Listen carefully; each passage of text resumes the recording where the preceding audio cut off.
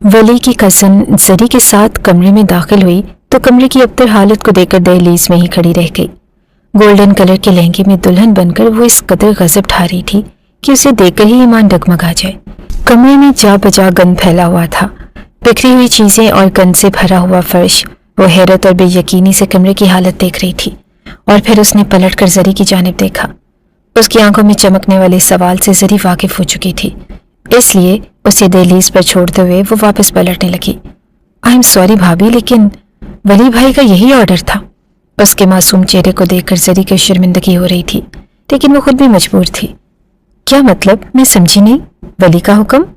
وہ حیرت اور بے یقینی سے زری کو دیکھ رہی تھی۔ یہ شادی عام شادی نہیں ہے، ولی بھائی نے آپ سے بدلہ لینے کے لیے شادی کی ہے، اس سے زیادہ میں کچھ نہیں جانتی۔ زری یہ کہتے ہوئے واپس پلٹ گئی اور اس کا دل کانپ اٹھا تھا۔ ڈگمگاتے ہوئے قدم اٹھا کر وہ بیڈ پر بیٹھ گئی۔ دل کی دھڑکن ایک انجان خدشے کے تحت تیز ہو چکی تھی۔ ولی اسے محبت سے بیاہ کر لایا تھا اور ساری رسموں کا خیال کرتے ہوئے اسے اپنی دلہن بنا کر علاقے کے سامنے قبول کیا تھا، اور اب زری کہہ رہی تھی کہ وہ بدلے کی بنا پر اس کے گھر لائی گئی ہے۔ دل اس وقت کسی سوکھے پتے کی مانند کانپ رہا تھا۔ جن لبوں پر ایک خوبصورت مسکراہٹ ہونی چاہیے تھی، ان لبوں پر اس وقت کپکپاہٹ تھی۔ اور تبھی ہی کمرے کا دروازہ کھلا اور ولی پوری شان سے کمرے میں داخل ہوا۔ اسے دیکھ کر اس کے ماتھے پر پسینے کے ننھے ننھے قطرے نمودار ہونے لگے۔ قدم بڑھاتا ولی بیڈ کے بالکل قریب پہنچ گیا اور پھر اس پر ڈالا گیا جالی دار گھونگھٹ کھینچتے ہوئے بیڈ سے نیچے گرا دیا۔ زری نے اسے بتایا تھا کہ ولی غصے میں ہوگا، لیکن وہ اس قدر شدید بدسلوکی کرے گا اسے اندازہ ہی نہ تھا۔ وہ حیرت اور دکھ بھری نظروں سے ولی کو دیکھنے لگی، اور اگلے ہی پل ولی نے اسے کھینچتے ہوئے بیڈ سے نیچے اتار دیا۔ تمہاری اوقات نہیں کہ تم اس بستر کی زینت بنو، اور بہتر ہے کہ آج کے بعد اپنی اوقات مت بھولنا۔ اس کا خوابوں کا حسین محل ایک پل میں ہی زمین بوس ہو گیا تھا۔ اسے ابھی بھی یقین نہیں آ رہا تھا کہ سامنے کھڑا شخص اسے اس کی اوقات یاد دلا رہا ہے۔ پہلی رات کی دلہن اپنے شوہر کے بستر پر ہزاروں ارمان سجا کر آتی ہے، اور وہ اس کے سامنے کھڑا اس کی آنکھوں سے خواب اور ارمان نوچ رہا تھا۔ اب کھڑی کھڑی میرا منہ دیکھتی رہو گی یا اس کمرے کی صفائی بھی کرو گی؟ آج سے تم ولی خان کی بیوی نہیں بلکہ اس گھر کی نوکرانی ہو، اور گھر کے سارے کام کاج تمہارے حوالے ہیں۔ ذلت کے شدید احساس نے اسے گھیر لیا اور اس کی آنکھوں میں نمی جمع ہونے لگی۔ اپنی بڑی بڑی آنکھوں سے وہ ولی کے چہرے کو افسردگی سے دیکھ رہی تھی، جیسے وہ ابھی ہنستے ہوئے کہہ دے گا کہ وہ تو بس مذاق کر رہا تھا، لیکن وہاں صرف سنجیدگی چھائی ہوئی تھی۔ یہ آپ کیا کہہ رہے ہیں ولی؟ آپ ہوش میں تو ہیں؟ اس نے کانپتے ہوئے لبوں سے کہا، اور اگلے ہی پل ولی کا شدید تھپڑ اس کی گال کو سرخ کر گیا تھا۔ یہ تھپڑ تمہیں اس بات کا یقین دلانے کے لیے تھا کہ میں مکمل ہوش میں ہوں اور تمہیں تمہاری اوقات یاد دلا رہا ہوں۔ وہ لڑکھڑاتے ہوئے فرش پر اس کے قدموں میں جا گری۔ تھپڑ اتنا شدید تھا کہ اس کا دماغ سن ہو گیا۔ میں یہاں ایک ایک پل تمہارے لیے عذاب بنا دوں گا، اتنا کہ تم تڑپتے ہوئے موت مانگو گی اور تمہیں موت بھی نصیب نہیں ہوگی۔ ولی کی آنکھوں سے سرخی چھلک رہی تھی اور لہجے سے زہر۔ میں نے کچھ نہیں کیا ولی، آپ مجھ سے کس بات کا بدلہ لے رہے ہیں؟ اس کا لہجہ بالکل منت بھرا تھا۔ شاید وہ ولی کے اس عمل سے شدید خوف زدہ ہو چکی تھی۔ تم نے میرے بھائی کی جان لی ہے، اسے ہر ایک خواب دکھا کر اتنا بڑا دھوکہ دیا کہ وہ اپنی جان کی بازی ہار گیا۔ لیکن یاد رکھنا لڑکی، میں ہار ماننے والا نہیں ہوں، ولی خان ہوں، اور میں تم سے اپنے بھائی کی زندگی کا پورا حساب لوں گا جب تک کہ تم میرے سامنے ایڑیاں رگڑ رگڑ کر مر نہیں جاتی۔ اس نے اتنی سختی سے مناہل کا منہ دبوچا تھا کہ اسے اپنے جبڑے ٹوٹتے ہوئے محسوس ہوئے۔ وہ پھٹی نظروں سے ولی کو دیکھ رہی تھی۔ برہان، جس کے نام سے بھی وہ اچھی طرح واقف نہ تھی، وہ ولی کا بھائی تھا۔ صرف 10 منٹ ہیں تمہارے پاس، یہ کمرہ مجھے صاف ستھرا چاہیے۔ یہ کہتے ہوئے وہ اسے چھوڑ کر چینج کرنے کے لیے چلا گیا اور وہ روتے ہوئے فرش پر بیٹھ گئی۔ تو کیا یہ تھا اس کا استقبال؟ ولی نے اسے جس قدر محبت اور چاہت سے مانگا تھا، اپنے گاؤں کی ہر لڑکی ہی اس کی قسمت پر رشک زدہ تھی۔ کسی کا بھی یقین نہیں آ رہا تھا کہ وہ حویلی کی اکلوتے وارث ولی خان کی بیوی بننے والی ہے۔ اپنے بکھرے ہوئے وجود کو سمیٹ کر وہ جلدی سے ہاتھ چلا کر کمرے کا بکھرا ہوا سامان سمیٹنے لگی۔ وہ نہیں چاہتی تھی کہ وہ ایک بار پھر ولی کے عذاب کا شکار ہو، جس سے کوئی بعید نہ تھا کہ وہ اس کی جان لے لیتا۔ اور آج سے صرف 15 دن پہلے ہی ولی کا رشتہ اس کی دہلیز پر آیا تھا اور وہ حیران رہ گئی تھی۔ اسے یاد تھا کہ اس روز خدیجہ بیگم کے ساتھ ولی خود آیا تھا اور اصرار کرتے ہوئے اس کے باپ سے مناہل کا ہاتھ مانگا تھا۔ یہ علاقے کے رسم و رواج کے خلاف تھا کہ لڑکا خود آ کر رشتے کے بارے میں بات کرے، لیکن ولی کے لیے کچھ بھی مشکل نہ تھا۔ ہمیں تو اس بات پر یقین ہی نہیں آ رہا کہ ہمارے گھر کی بیٹی آپ کے گھر کی بہو بننے جا رہی ہے، اس کے باپ کی خوشی کا کوئی ٹھکانہ نہ تھا، لیکن اس کی ماں کو اندر ہی اندر عجیب سے خدشات لاحق ہو رہے تھے۔ ولی نے آگے بڑھ کر ان کے کندھے پر ہاتھ رکھ دیا۔ فکر کیوں کرتے ہیں آپ؟ میں بیٹا بن کر دکھاؤں گا، اور ویسے بھی محبت ہوتی ہے، چاہے چھوٹے گھر کی ہو یا بڑے گھر کی۔ اس نے سب کے سامنے جتاتے ہوئے کہا تھا کہ وہ مناہل سے محبت کرنے لگا ہے اور اسے پانا چاہتا ہے۔ خانوں کا باعزت طریقے سے ان کے گھر رشتہ لے کر آنا اور فوراً ہی شادی کا اصرار کرنا شائستہ بیگم کے لیے واقعی خطرہ تھا۔ وہ حیرت اور بے یقینی سے اپنی بیٹی کو دیکھتی رہی، جس کے چہرے کی چمک ہی بتا رہی تھی کہ وہ اس رشتے پر خوش ہے۔ مجھے لگتا ہے کہ ضرور دال میں کچھ کالا ہے، ورنہ ولی خان اور مناہل کا کوئی جوڑ نہیں بنتا۔ اور اسے ماں کی بات اچھی خاصی بری لگی۔ کیا کمی ہے مجھ میں اماں؟ اچھی خاصی خوبصورت ہوں، شریف گھر سے تعلق رکھتی ہوں، اور اچھے لوگوں کو اس کے علاوہ کچھ نہیں چاہیے ہوتا۔ اور اماں اب تم اس بات کو لے کر بے فکر ہو جاؤ۔ لیکن اس کے بعد بھی اس کی ماں فکر نہیں چھوڑ پائی تھی۔ ماں کے وسوسے آج حقیقت کا روپ دھار چکے تھے، اور آج اسے حقیقت میں اندازہ ہو رہا تھا کہ یہ ولی خان کی چال تھی۔ جانے وہ کس چیز کا بدلہ لینے پر اتر آیا تھا۔ حالانکہ اس سے پہلے وہ خان حویلی کے کسی بھی مکین سے وابستہ نہیں رہی تھی، اور نہ ہی اس کو جانتی تھی، اور بھاری لباس کی وجہ سے کمرہ سمیٹنے میں اسے کافی مشکل درپیش آ رہی تھی۔ لیکن ولی خان کا خوف بھی اس پر حاوی تھا، اور کچھ ہی دیر کے بعد وہ دوبارہ کمرے میں آیا اور فرش پر بکھرے ہوئے سامان کو وہ سمیٹ چکی تھی جب اس نے اگلا حکم صادر کیا، جلدی سے چینج کرو اور نیچے فرش پر سونا ہے تم نے، تاکہ تمہیں احساس ہو کہ تمہاری وجہ سے میرا بھائی اس خاک میں مل چکا ہے۔ نفرت اور حقارت سے کہتے ہوئے وہ بیڈ پر لیٹ گیا، جبکہ وہ وہیں کھڑی اسے دیکھتی رہی۔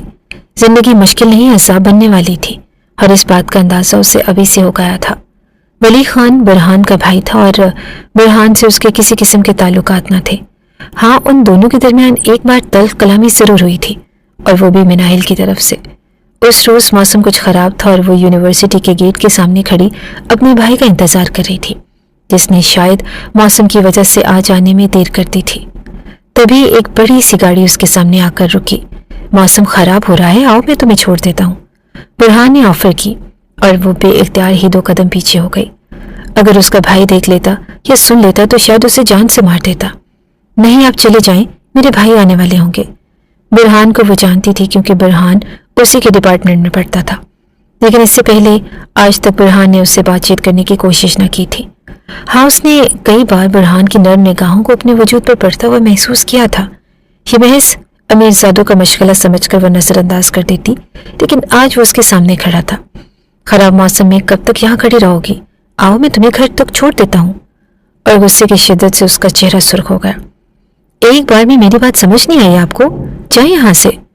مقابل نے اس کی چھوٹی سی سرخ ناک کو دلچسپی سے دیکھا۔ سامنے کھڑی لڑکی کب اس کے دل میں اتر گئی وہ نہیں جانتا تھا۔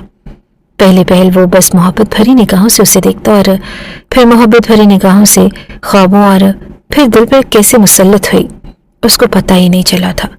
گاڑی سے باہر آ کر وہ کچھ فاصلے پر ہی اس کے سامنے کھڑا ہو گیا۔ برہان کہتے ہیں مجھے، آپ کو شکل سے چھچورا محسوس ہو رہا ہوں تو اس بات کو دل پر مت لیں، میں کافی شریف انسان ہوں۔ وہ شوخی بھرے لہجے میں فرینک ہونے کی کوشش کر رہا تھا، اور مناہل نے اس کی مخالف سمت میں چلنا شروع کر دیا۔ وہ اتنی تیزی سے قدم اٹھا رہی تھی جیسے برہان سے خوفزدہ ہو چکی ہو، اور برہان کو اس کے اس قدر خوفزدہ ہونے کی امید نہ تھی۔ اس لیے کچھ دیر اسے دیکھنے کے بعد وہ گاڑی بڑھا کر لے گیا۔ دور سے آتے ہوئے تیمور نے اسے کسی لڑکے کے ساتھ کھڑا دیکھ لیا تھا، اور اس لیے گھر جاتے ہی اس کی شامت آ گئی۔ قسم سے بھائی، میں تو اس لڑکے کو جانتی بھی نہیں، وہ مجھے گھر چھوڑنے کی آفر کر رہا تھا اور میں نے ٹھکرا دی، بس اتنا ہی ہے، اور اس کے علاوہ اور کچھ بھی نہیں ہے۔ تیمور نے پھر بھی اس کی بات کا یقین نہ کیا، اور اسے وارننگ دیتے ہوئے سمجھا دیا کہ اگلی بار ایسے لڑکوں سے دور رہے، کیونکہ انہیں اس علاقے میں اپنی عزت بہت عزیز ہے۔ اگلے دن وہ ایک بار پھر اس سے ٹکرا گئی تھی۔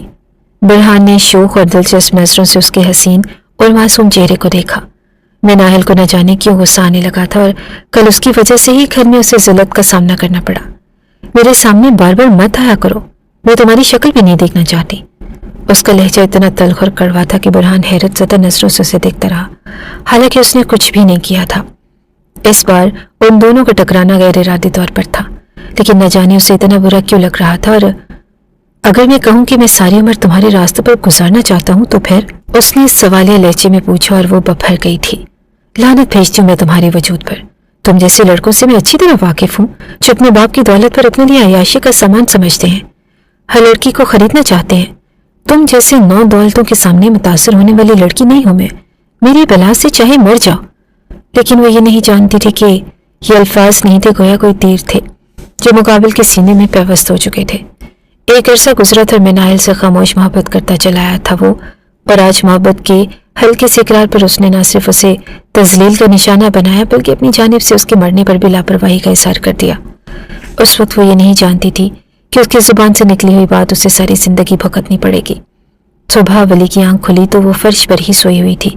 بیزاری اور تھکاوٹ اس کے چہرے سے واضح تھی۔ شاید پوری رات اسے فرش پر نیند نہیں آئی۔ پھیکے سے نیلے رنگ کے لباس میں وہ کافی معصوم اور حسین لگ رہی تھی، جبکہ اس کی بکھری ہوئی لٹیں اس کے چہرے کو چھپانے کی کوشش میں تھی۔ اس کے سینے میں ایک ہونک سی اٹھی اور اس نے اس کے بھائی کو کھا لیا۔ وہ شام اسے اچھی طرح یاد تھی، جس شام وہ اسٹڈی روم میں تھا اور برہان نے آہستگی سے دروازے پر دستک دی۔ اس نے برہان کو اولاد کی طرح پالا تھا اور برہان نے محض 4 سال ہی بڑا تھا، لیکن برہان اس کے سامنے بالکل بچہ بن جاتا اور وہ بچوں کی طرح اس کی ہر فرمائش پوری کرتا۔ یقیناً کوئی ضروری بات تھی اور اس نے کتاب بند کرتے ہوئے سائڈ پر رکھ دی اور برہان بالکل اس کے سامنے آ کر کھڑا بیٹھ گیا۔ کیا بات ہے شہزادے، مجھے تمہاری آنکھوں میں اداسی نظر آ رہی ہے۔ اور برہان نے مسکراتے ہوئے اس کی جانب دیکھا۔ وہ اس کے چہرے سے ہی اندازہ لگا لیا کرتا تھا کہ اس کے دماغ میں کیا چل رہا ہے۔ بھائی، میں آپ سے بہت ضروری بات کرنے والا ہوں۔ برہان کا لہجہ سنجیدہ تھا اور حالانکہ وہ گھر میں کم ہی سنجیدہ رہا کرتا۔ سن رہا ہوں، بولو۔ ولی مکمل طور پر برہان کی طرف متوجہ تھا۔ میں ایک لڑکی کو پسند کرتا ہوں اور پسندیدگی کو نکاح کا درجہ دینا چاہتا ہوں۔ جو بھی تھا، لیکن برہان کی ابھی اتنی عمر نہ تھی کہ وہ اپنے فیصلوں میں خود مختار ہو جاتا۔ ولی ابھی چاہتا تھا کہ وہ صرف اور صرف اپنی پڑھائی اور مستقبل پر توجہ دے۔ ولی نے مسکراتے ہوئے اسے دیکھا۔ بہت اچھی بات ہے یہ تو، لیکن اس معاملے میں اتنی پریشان کیوں ہو؟ بھائی، وہ لڑکی مڈل کلاس فیملی سے تعلق رکھتی ہے۔ مجھے لگتا ہے کہ وہ میری محبت کو میری عیاشی سمجھے گی، اس لیے میں ڈائریکٹ اس کے گھر رشتہ لے کر جانا چاہتا ہوں تاکہ اسے میرے جذبوں کی صداقت کا اندازہ ہو۔ ولی کو حیرت ہوئی، اسے اندازہ بھی نہیں ہوا کہ اس کا بھائی اتنا بڑا ہو گیا ہے۔ ٹھیک ہے، ابھی تم اپنی پڑھائی پر توجہ دو اور میں اس بات کو ذہن میں رکھوں گا۔ ولی نے دوبارہ کتاب اٹھا کر کھول لی اور اس کا مطلب تھا کہ وہ اب اس معاملے پر زیادہ بحث نہیں کرنا چاہتا۔ برہان نے ایک بار پھر کوشش کی تھی، لیکن ولی کی جانب سے ہوں ہاں میں جواب سن کر ہی اسے اندازہ ہو گیا کہ اس کے بھائی کی توجہ اور دلچسپی مکمل طور پر کتاب میں ہے، سو وہ اٹھ کر چلا گیا۔ لیکن اسے اس بات کا یقین ہو چکا تھا کہ اس نے بھائی تک بات پہنچا دی ہے اور وہ ضرور اسے ذہن میں رکھے گا۔ اس رات تو اس نے برہان کی بات ٹال مٹول کر دی، لیکن آنے والے دنوں میں اس نے برہان کو مکمل طور پر تبدیل شدہ پایا تھا۔ وہ اکثر گمسم اور پریشان سا رہنے لگا، اور پھر وہ دن جس دن وہ یونی سے آیا اور اپنے کمرے میں بند ہو گیا۔ ولی نے جا کر اس سے بات کرنے کی کوشش بھی کی تھی، لیکن اس نے سر درد کا بہانہ بنا کے سونے کو ترجیح دی۔ وہ رات اس نے شدید ڈپریشن میں گزاری۔ وہ مناہل سے محبت کرتا تھا اور اسی لیے اس نے ایک عرصہ اپنی محبت کو پوشیدہ رکھا تاکہ مناہل اس کی محبت کو لالچ اور عیاشی کا نام نہ دے۔ لیکن آج وہ اسے سراسر ہوس کہتے ہوئے ٹھکرا کر چلی گئی تھی، اور یہ اس کے لیے ناقابل برداشت تھا۔ اگلی صبح خدیجہ بیگم کی زوردار دستک نے اسے بک کھلا کر اٹھنے پر مجبور کر دیا۔ وہ حیرت سے بھاگتے ہوئے دروازے کی جانب آیا، اور شاید خدیجہ بیگم کی طبیعت خراب تھی، لیکن ان کے منہ سے نکلتے ہوئے الفاظ اسے دہلیز میں ساکت کر گئے۔ برہان رات کو ہی گھر چھوڑ کر چلا گیا ہے۔ خدیجہ بیگم کا رو رو کر برا حال تھا۔ ایسا کیسے ہو سکتا ہے ماما؟ میں پتہ کرتا ہوں۔ وہ جلدی سے اس کے کمرے کی جانب بڑھا، لیکن خالی کمرے میں برہان موجود نہ تھا۔ بس سائڈ ٹیبل پر پڑے ہوئے لیٹر نے اسے اپنی جانب متوجہ کیا، اور اس نے آگے بڑھتے ہوئے وہ لیٹر اٹھا لیا۔ تحریر بہت مختصر تھے، لیکن ولی خان کی زندگی کو ہلا دینے کے لیے کافی تھی۔ اس کے پاس برہان کے علاوہ کچھ نہ تھا، اور وہ برہان کو کھونا نہیں چاہتا تھا۔ بھائی، اس نے مجھے ٹھکرا دیا ہے۔ ایک ٹھکرائے ہوئے شخص کو کوئی حق نہیں کہ وہ باپ کی دولت پر عیاشی کرتا پھرے۔ وہ تو یہ بھی چاہتی ہے کہ مجھے جینے کا بھی کوئی حق نہیں۔ بھائی، میں اس کی ہر خواہش کو پورا کرنا چاہتا ہوں، مجھے معاف کر دیجیے گا۔ اور وہ کاغذ کا ٹکڑا اس کے ہاتھ سے گرتا چلا گیا۔ پہلی بار اس نے زندگی میں خود کو اتنا کمزور محسوس کیا کہ اس کے دل کی دھڑکن کا شور اس کے کانوں میں گونجنے لگا۔ کسی کو کھو دینے کا ڈر کیا ہوتا ہے اسے اچھی طرح معلوم تھا۔ وہ الٹے قدموں باہر بھاگ کر اس نے پورا دن ہر ایک جگہ کو چھان مارا، لیکن کہیں سے بھی برہان کا پتہ نہ چلا، اور بالآخر اس نے اپنے دوست فرحان احمد سے رابطہ کیا۔ فرحان تھانے میں انسپیکٹر تھا، اور اس نے ولی کو بھرپور یقین دلایا کہ وہ لوگ برہان کو ڈھونڈنے میں کامیاب ہو جائیں گے۔ برہان کا نمبر مسلسل آف تھا، اور اسی شام خدیجہ بیگم کو اس کا موبائل بھی اس کی وارڈروب میں پڑا ہوا مل گیا۔ وہ سب کچھ یہیں پر چھوڑ کر گیا تھا۔ اس کے پاس کچھ بھی نہ تھا، اور پوری رات اس نے سڑک پر بے مقصد گھومتے ہوئے گزار دی، لیکن برہان نے نہ ہی ملنا تھا اور نہ ہی وہ اسے ملا۔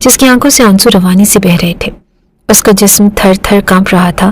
اس میں اتنی بھی ہمت نہ تھی کہ وہ اس شخص کا سامنا کرتی، لیکن اب وہ اس کے عتاب کا نشانہ بن رہی تھی۔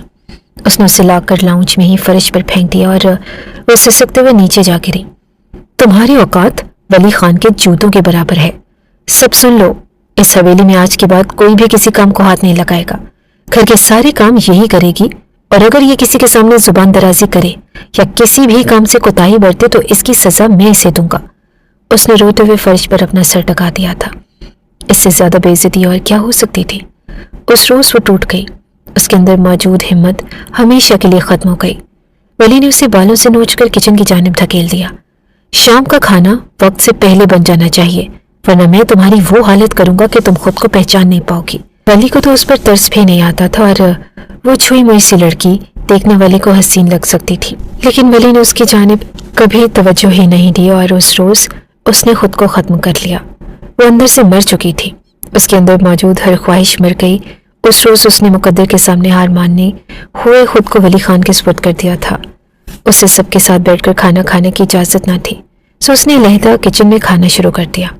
وہ بستر پر لیٹ نہیں سکتی تھی، اور وہ بنا کسی ضد کے خاموشی سے فرش پر اپنی چادر بچھا کر لیٹ جاتی۔ اسے ماں باپ سے ملنے کی اجازت نہ تھی، تو اس نے ماں باپ سے ملنا ترک کر دیا۔ اس میں اس کی اپنی کوئی مرضی نہ تھی کہ وہ اپنی ٹوٹی ہوئی قسمت کا نقصان اور اس کی ذمہ داری کسی اور کے سر پر تھوپ دیتی۔ یہ خدا نے اس کے لیے چنا تھا، اور وہ اس کا اختتام دیکھنا چاہتی تھی۔ وہ دیکھنا چاہتی تھی کہ وہ شخص نفرت میں کس حد تک چلا جاتا ہے۔ ولی بھی اسے توڑ کر خاموش تھا۔ اب وہ ہر روز اس پر ظلم نہیں کیا کرتا تھا، بلکہ اس کے سامنے ہی وہ جس حال میں تھی اسے اچھی طرح اندازہ تھا کہ یہی اس کے لیے کافی ہے۔ حویلی سے باہر دنیا کس حال میں ہے اسے کسی چیز کا علم نہ تھا۔ اس کے پاس وہی پرانے کپڑے تھے جو وہ گھر سے لے کر آئی تھی۔ ولی کے گھر سے دیے گئے نئے کپڑوں کو اس نے ہاتھ تک نہیں لگایا تھا، اور نہ ہی وہ شخص اسے زرق برق لباس پہننے دیتا۔ یہی سب کچھ پہن کر تم نے میرے بھائی کو بہکایا تھا، تو بہتر ہے کہ اب تم ان سب کے لیے ترستی رہو، اور اب تم ساری زندگی اس بات کی خواہش مند رہو گی کہ کوئی مرد تمہارے بہکاوے میں آ کر تمہارے قریب آئے، تم پر اپنے جذبات نچھاور کرے، لیکن ایسا نہیں ہوگا۔ وہ اس روز اس سے ٹکرائی تھی، اور اس کا وہ شربہ وجود ایک لمحے کے لیے ولی کو ساکت کر گیا۔ وہ اس کے اس قدر قریب تھی کہ دونوں کی سانسیں ایک دوسرے سے مل رہی تھی، اور ولی حیرت سے اس کی حسین آنکھوں کو دیکھ رہا تھا، جس میں ٹوٹے ہوئے خوابوں کا ذمہ دار وہ خود تھا، اور اس کے پنکھڑی جیسے گلابی ہونٹ ایک عرصے سے خوبصورت رنگوں سے نہیں سجے تھے، اور اس کے بکھرے بکھرے بال جنہیں سنوارنا وہ اکثر بھول جایا کرتی اس کے کمر پر بکھرے ہوئے تھے، اور اس کے وجود سے اٹھتی ہوئی خوشبو ولی کو اپنی جانب کھینچ رہی تھی۔ آج تک کوئی بھی لڑکی اس کے قریب نہیں آئی تھی۔ اس وقت سامنے کھڑی لڑکی اس کے بے حد قریب تھی، اور اس کا تو اس پر حق بھی تھا، سو وہ اسے دیکھتا چلا گیا، اور پہلی بار اسے یوں اپنی جانب تکتا پا کر مناہل کی دھڑکنیں اس کے سینے میں ادھم مچانے لگی۔ اس کا وجود کب کپا رہا تھا جب اس نے ولی کو اپنی جانب جھکتا ہوا پایا۔ وہ اس کی جانب جھک رہا تھا، اور وہ آنکھیں بند کر کے چلی جا رہی تھی۔ وہ زندگی میں پہلی بار اپنے مقدر میں لکھے ہوئے اس شخص کو محسوس کرنا چاہتی تھی۔ وہ چاہتی تھی کہ وہ اسے سراہے، اور وہ سنے کہ اس کی نفرت سے آگے بھی اسے کچھ دکھتا ہے، اور تبھی وہ جھکتے ہوئے اس کی گردن تک چلا گیا۔ مناہل نے سختی سے اس کی شرٹ کو مٹھیوں میں دبوچ لیا۔ اسے اپنے پیروں پر کھڑا رہنا مشکل ہو رہا تھا۔ کتنا ہی وقت مدہوشی میں سرک گیا جب اس نے اپنے کان کے قریب سرگوشی سنی، اور اس نے پٹ سے آنکھوں کو کھول دیا۔ کسی فاحشہ کی طرح جوانی کے منظور جذبات تمہیں چین نہیں لینے دیتے، اسی لیے بار بار آ کر مجھے ٹکراتی ہو۔ اس نے حیرت سے ولی کی جانب دیکھا، جس کی آنکھوں میں صرف اور صرف طنز تھا۔ آپ میرے شوہر ہیں، اور اگر مجھے آپ سے حق لینا ہو تو اس کی اجازت مجھے خدا نے دی ہے۔ اور ولی نے ہاتھ بڑھا کر اسے گردن سے دبوچ لیا۔ میں جب تمہیں اپنی بیوی ہی نہیں مانتا تو حق کس بات کا؟ شاید کچھ زیادہ ہی خوش فہمی کا شکار ہو رہی ہو۔ ولی سے بات کرنا اور بحث کرنا بالکل فضول تھا، سو وہ خاموشی سے گزرتے ہوئے باہر جانے لگی۔ جب اس نے بازو سے پکڑتے ہوئے اسے قریب کر لیا، اور پورا 1 سال گزر گیا، تم تو شکایت کرنا ہی بھول گئی۔ شاید تم نے اپنی غلطی کو تسلیم کر لیا ہے۔ غلطی نہیں، ہار۔ میں نے اپنی ہار تسلیم کر لی ہے۔ ولی خان، شاید میرے مقدر میں ہار ماننا ہی لکھا تھا۔ میں وہ حد دیکھنا چاہتی ہوں جس حد پر جا کر آپ بھی ہار مان لیں گے۔ نہ چاہتے ہوئے بھی اس کا لہجہ بھیگنے لگا، اور ولی اس کی آنکھوں میں دیکھتا رہ گیا۔ تم سے بے حد نفرت کرتا ہوں اور کرتا رہوں گا۔ ایسے کتنے سال گزر جائیں گے تمہیں میری محبت کی بھیک مانگتے۔ اس کے لہجے میں صرف نفرت تھی اور غصہ تھا، اس کے علاوہ اور کچھ بھی نہیں تھا۔ پیار کی ایک ہلکی سی رمق بھی نہ تھی، اور جس کے سہارے وہ زندگی گزار لیتی۔ آج کے دن ہی وہ اس گھر میں دلہن بن کر آئی تھی اور آج سے ہی اس کی زندگی میں اندھیروں کی شروعات ہوئی تھی اور موسم حد سے زیادہ خراب ہو رہا تھا۔ وہ باہر نکل کر لان میں چلی گئی۔ بھیگی بھیگی سی ہوا اس کے جسم سے ٹکرا کر اسے مزید جلا رہی تھی۔ وہ کافی دیر اسے کمرے کی کھڑکی سے دیکھتا رہا۔ اس کا طنز کرتا وجود، اس کا تکبر بھرا لہجہ اسے اچھا نہیں لگا تھا۔ وہ چاہتا تھا کہ وہ ہمیشہ اس کے سامنے عاجز بن کر رہے اور اسے مزید جلانے کے لیے ہی وہ لان کی جانب بڑھا، لیکن شاید آج وہ یہ نہیں جانتا تھا کہ آج قدرت اس سے انتقام لینے پر تلی ہے۔ ان کھلی فضاؤں کو دیکھ کر کیا سوچتی ہو کہ تمہیں بھی آزادی مل جائے گی؟ تم نے ساری زندگی اس انچاہی قید میں رہنا ہے۔ وہ اس پر ایک بار پھر آواز کسنے سے باز نہیں آیا تھا اور وہ پلٹ کر حیرت سے اسے دیکھتی رہی۔ میں کھلی فضاؤں کو دیکھ کر صرف ان میں پرسکون ہو کر سانس لینا چاہتی ہوں تاکہ کچھ عرصہ مزید جی لوں۔ میں نہیں چاہتی کہ میرے مرنے پر آپ پچھتاوے کا شکار ہو جائیں۔ وہ سختی سے اس کی جانب بڑھا اور اسے بازو سے پکڑ کر گھسیٹنے لگا۔ اس کے یوں کھینچنے سے وہ زمین پر گری اور لان میں پڑا ہوا پتھر اس کے ماتھے پر جا لگا۔ درد کی شدت سے ہی وہ چیخ پڑی اور اس کی چیخ سن کر خدیجہ بیگم بھی باہر نکل آئی۔ ولی نے اسے تھامتے ہوئے سیدھا کھڑا کیا اور میرے سامنے تمہیں زبان چلانے کی ہمت کیسے ہوئی؟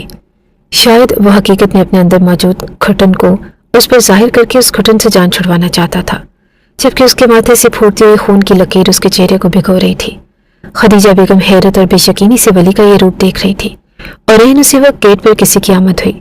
چوکیدار نے آگے بڑھتے ہوئے گیٹ کھول دیا اور مرسیڈیز اندر داخل ہوئی۔ سب کی توجہ کچھ دیر کے لیے دروازے کی جانب چلی گئی۔ نہ جانے اس وقت حویلی میں کون آیا تھا اور گاڑی کا دروازہ کھلا اور گاڑی سے نکلنے والے شخص کو دیکھ کر نہ صرف فضائیں، موسم، ہوا، بلکہ ان کے دلوں کی دھڑکنیں اور سانس تک ساکت رہ گئے۔ بلیک شرٹ اور جینز میں آنکھوں پر چشمہ چڑھا کر ہاتھ میں بیگ تھامے اترنے والا لڑکا کوئی اور نہیں برہان خان تھا، اس حویلی کا وہ چشم چراغ جسے 1 سال پہلے ہی مردہ قرار دے کر دفنا دیا گیا تھا۔ سب لوگ بے یقینی سے اسے اپنی جانب آتے ہوئے دیکھ رہے تھے، جیسے وہ کوئی معجزہ ہو، جیسے کوئی خواب ہو جس کا حقیقت سے کوئی تعلق نہ ہو۔ جہاں ولی بے یقین سا کھڑا تھا، وہیں اس کے پہلو میں کھڑی ہوئی مناہل بھی اسے حیرت اور بے یقینی سے آنے والے شخص کو دیکھ رہی تھی۔ سب سے پہلے اس سکتے کو خدیجہ بیگم نے توڑا تھا اور وہ روتے ہوئے برہان کے سینے سے جا ڈکی۔ وہ حقیقت تھی، کوئی خواب نہ تھا۔ سامنے کھڑا شخص حقیقت میں ان کے سامنے کھڑا تھا اور وہ جو سب کی حیرت زدہ چہرے دیکھ رہا تھا، ان چہروں کے بیچ کھڑی اس لڑکی کو اس حالت میں کھڑا دیکھ کر حیرت زدہ تھا۔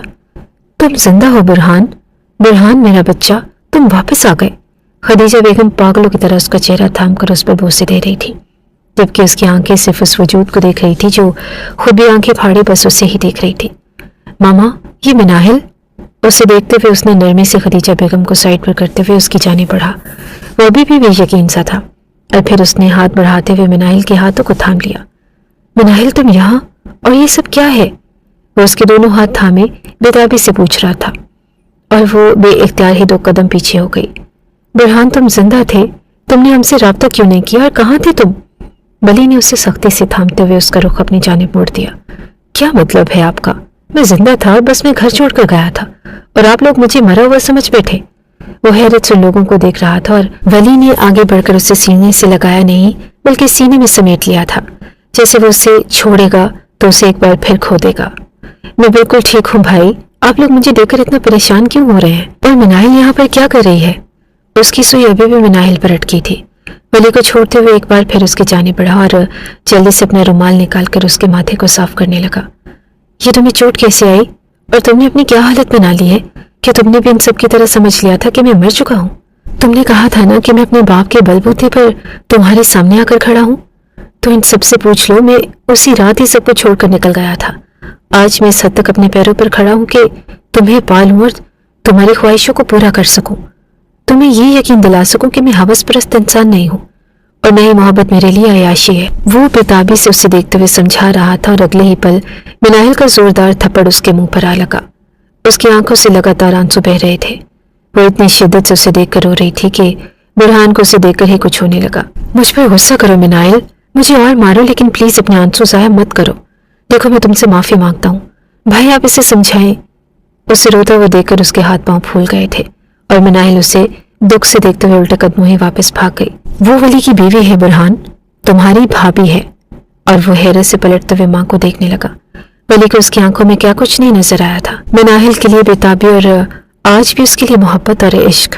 وہ اس کے سامنے ہی مناہل کے ہاتھ تھام کر کھڑا تھا۔ اس روز جب تم یہاں سے چلے گئے تھے، دوسرے ہی دن تھانے سے ہمیں ایک لڑکے کی ڈیڈ باڈی موصول ہوئی تھی جس کا چہرہ بری طرح سے مسخ شدہ تھا، اور ہم نے اسے تم سمجھ کے اسے دفنا دیا تھا۔ صرف مناہل سے بدلہ لینے کے لیے ولی نے مناہل سے شادی کی تھی۔ آج 1 سال ہو چکا ہے اور ولی کی بیوی ہے۔ برہان ہتھے سے اکھڑ گیا۔ یعنی تم لوگ اتنی شدت سے میری موت کا انتظار کر رہے تھے، جسے پانے کے لیے میں در در کی خاک چھانتا رہا، جس کے قابل بننے کے لیے میری ساری آسائشوں کو چھوڑ دیا۔ آپ لوگوں نے اسے مجھ سے چھین لیا، اور بھائی آپ ہوتے کون ہیں کسی کو بھی اپنے بدلے کی بھینٹ چڑھانے والے؟ مناہل صرف میری ہے اور میں اس کے بغیر نہیں رہ سکتا، اور یہ میرا آخری فیصلہ ہے۔ پاگل مت بنو برہان، وہ بیوی ہے ولی کی، اور نکاح کوئی کھیل نہیں ہے۔ ولی خاموشی سے اس کی جانب دیکھ رہا تھا۔ سامنے کھڑا لڑکا اسے ملامت کر رہا تھا، اور جس کی خاطر اس نے اس معصوم پر رات دن ظلم کیے تھے۔ شاید وہ یہ سب کچھ ڈیزرو کرتا تھا۔ جب سے برہان آیا تھا وہ کمرے میں بیٹھی بس اپنے ہاتھ کی لکیروں کو دیکھ رہی تھی۔ اسے رونا بھی نہیں آیا تھا، اور شاید اب مقدر پر ماتم کر کے وہ اکتا چکی تھی۔ اس کی زندگی کو کھیل بنا کر رکھ دیا گیا تھا۔ ایک ایسے جرم کی سزا میں وہ پستی رہی جو جرم اس نے کیا ہی نہ تھا۔ تبھی کمرے کا دروازہ کھلا اور ولی کمرے میں داخل ہوا۔ وہ جلدی سے بیڈ سے اتر کر فرش پر بیٹھ گئی۔ اس بستر پر اس کا کوئی حق نہیں تھا، اور یہ اسے پچھلے 1 سال سے بتایا جا رہا تھا۔ ولی نے حیرت سے اس کے چہرے کو دیکھا جس پر کسی قسم کے کوئی تاثرات نہ تھے۔ زندگی میں پہلی بار وہ قدم بڑھاتے اس کے قریب چلا آیا۔ 1 سال ہو چکا تھا اور وہ فرش پر سوتی تھی۔ نہ جانے اسے نیند کیسے آتی ہوگی، اور پھر صبح اس کے اٹھنے سے پہلے ہی وہ کمرے سے باہر نکل جاتی۔ گھر کا سارا کام جو 3 ملازموں کی ذمہ داری تھا اس اکیلی کا عموماً لڑکی نے سنبھالا تھا۔ پہلی بار جب بھی وہ کسی کے سامنے آتی تھی اس کا پر رونق چہرہ کسی کو بھی چونکا کر رکھ دیتا، اور آج اس کے چہرے پر مکمل ویرانی چھائی تھی۔ ولی اسے بیوی بنا کر لے کر آیا تھا، لیکن اسے ایک بار بھی بیوی کا درجہ نہیں دے پایا۔ اس بستر پر سو سکتی ہو تم۔ اس کی آواز زندگی میں پہلی بار مناہل کے سامنے بہت آہستہ تھی۔ نہیں، اس پر میرا کوئی حق نہیں۔ ولی صاحب، اور مجھے ہمدردی میں دی گئی بھیک کی کبھی خواہش نہیں رہی۔ ولی کو یوں محسوس ہوا جیسے کسی نے اس کے منہ پر تماچا دے مارا ہو۔ وہ خاموشی سے سونے کے لیے لیٹ گیا، اور زندگی میں پہلی بار اسے محسوس ہوا کہ وہ فرش پر پرسکون ہو کر سو گئی تھی، جبکہ اسے نرم و گداز بستر پر بھی نیند نہ آئی تھی۔ بالآخر کروٹیں بدل کر جب وہ تھک گیا تو اپنی سگریٹس اٹھا کر ٹیرس پر چلا گیا۔ برہان 1 سال سے بیرون ملک میں رہائش پذیر تھا۔ ابو ظبی کی کسی کمپنی میں وہ کام کر رہا تھا، اور وہ لوگ اس کی گمشدگی کو اس کی موت سمجھ کر رب کی رضا مان چکے تھے۔ فجر کی اذان کے بعد وہ واپس کمرے میں آیا تو شاید وہ وضو بنا رہی تھی۔ بیڈ پر آ کر لیٹ گیا، اور وضو کرنے کے بعد وہ باہر آئی اور جائے نماز بچھائے ہوئے نماز شروع کی، اور وہ پہلی بار اسے شدت سے دیکھ رہا تھا۔ پہلی بار اسے احساس ہوا کہ وہ بیوی کے روپ میں اس کے کمرے میں موجود ہے۔ سفید دوپٹے کے حالے میں چاند سا چمکتا ہوا چہرہ ایک عرصہ اس کے لیے نفرت کا سبب بنا رہا، اور اب یقیناً پچھتاوے کا باعث بن چکا تھا۔ اس کا حسین چہرہ دیکھتے ہوئے نہ جانے کب اس کی آنکھ لگی اور اسے اندازہ ہی نہیں ہوا تھا۔ برہان ناشتہ کرنے کے لیے نیچے آیا تو وہ کچن میں ناشتہ بنا رہی تھی۔ تم کیوں ناشتہ بنا رہی ہو مناہل؟ حسینہ کدھر ہے؟ گھر میں کھانے کی ذمہ داری پرانی ملازمہ حسینہ دیکھا کرتی تھی۔ اس نے برہان کی بات سنی اور خاموشی سے رخ پھیرتے ہوئے اپنے کام میں مشغول ہو گئی۔ میں تم سے پوچھ رہا ہوں مناہل، یہ اب میری ذمہ داری ہے کیونکہ یہ اب میرا بھی گھر ہے۔ کیا مطلب تمہارا؟ اس گھر کے سارے کام تم کرتی ہو؟ وہ بس خاموشی سے اپنا کام کرتی رہی۔ وہ واپس پلٹ گیا اور ناشتے کی میز پر ایک بار پھر یہی بات زیر بحث تھی۔ آج کے بعد گھر کی کوئی بھی کام مناہل نہیں کرے گی۔ برہان نے حکم صادر کر دیا اور باقی سب خاموشی سے اسے دیکھتے رہے۔ بھائی نے تو بدلے کی آڑ میں اسے نکاح کیا تھا، آپ ایک عورت ہو کر ان کے ساتھ مل گئی ماما۔ جو کچھ بھی کیا وہ صرف تمہارے لیے کیا تھا برہان۔ انہیں بھی اندازہ تھا کہ ولی کی خاموشی زیادہ دیر تک نہیں رہے گی۔ ٹھیک ہے بھائی، اگر آپ نے سب کچھ میری خاطر کیا ہے تو ابھی اسی وقت مناہل کو طلاق دے، میں خود مناہل سے نکاح کر لوں گا۔ مناہل مجھ سے نکاح کر لو، ان عورتوں کی طرح گھٹ گھٹ کر مت جیو مناہل، وہ بھی اس طرح اس شخص کے لیے جس نے تمہیں ایک عورت نہیں سمجھا، جس نے تمہاری آنکھوں سے خواب نوچ لیے۔ اور نہ چاہتے ہوئے بھی مناہل کی آنکھوں سے آنسو شدت سے بہنے لگے۔ وہ اٹھ کر کمرے میں چلی گئی اور گھر میں ایک بار پھر بے سکونی بن چکی تھی۔ ہم دونوں آپس میں سارا معاملہ سلجھا لیں گے برہان، تمہیں ٹینشن لینے کی ضرورت نہیں۔ ولی کو بھی اس پر غصہ آ گیا اور برہان اس کے مد مقابلہ کھڑا ہوا۔ آپ نے جو کرنا تھا کر چکے ہیں بھائی، میں اب اپنی محبت حاصل کر کے رہوں گا۔ میں آپ کو بتاؤں گا کہ وہ لڑکی صرف سراہے جانے کے قابل ہے، نہ کہ آپ کے بے جا ظلم و ستم کے۔ اور ولی کو زندگی میں پہلی بار برہان پر شدید غصہ آیا تھا۔ نہ جانے کیوں اس کے اندر موجود احساسات خود غرضی کا روپ دھار رہے تھے۔